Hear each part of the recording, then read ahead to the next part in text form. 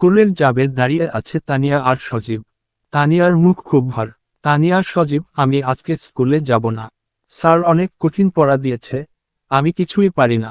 Sir বলেছে পড়া না পারলে অনেক শাস্তি দেবে। সজীবারে ধূর, শাস্তির ভয় করে লাভ আছে? তার চেয়ে চল আজ আমরা স্কুল ফাঁকি দিয়ে অনেক দূরে কোথাও ঘুরতে যাই, খুব মজা হবে। দুজন মিলে পাহাড়ি পথ আর বনের ভেতর দিয়ে হাঁটছে, অনেক আনন্দ করছে তারা। কিন্তু ঘুরতে ঘুরতে সময় যে পার হয়ে গেছে সেদিকে তাদের খেয়াল নেই। হঠাৎ তারা দেখল সূর্য ডুবে গেছে এবং চারপাশ অন্ধকার হয়ে আসছে। হঠাৎ চোখের আড়াল থেকে বিকট শব্দে এক ডাইনি বুড়ি বেরিয়ে এল। তার চোখ আগুনের মতো জ্বলছে। ডাইনি মনে মনে হাহাহা, অনেকদিন ধরে মানুষের তাজা মাংস খায় না, আজ এই দুটোর মাংস দিয়ে মন ভরে ভোজ করব।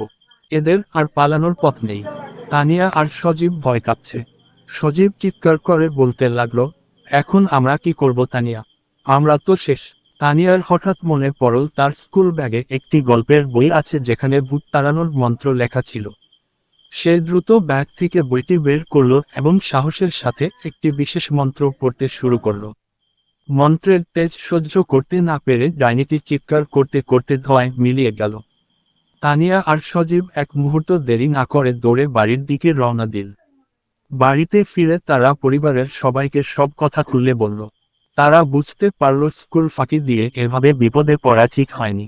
বন্ধুরা, এই রহস্যময় গল্পটি ভালো লাগলেই লাইক দিন এবং নতুন নতুন ভিডিও পেতে আমাদের চ্যানেলটি সাবস্ক্রাইব করে পাশে থাকুন।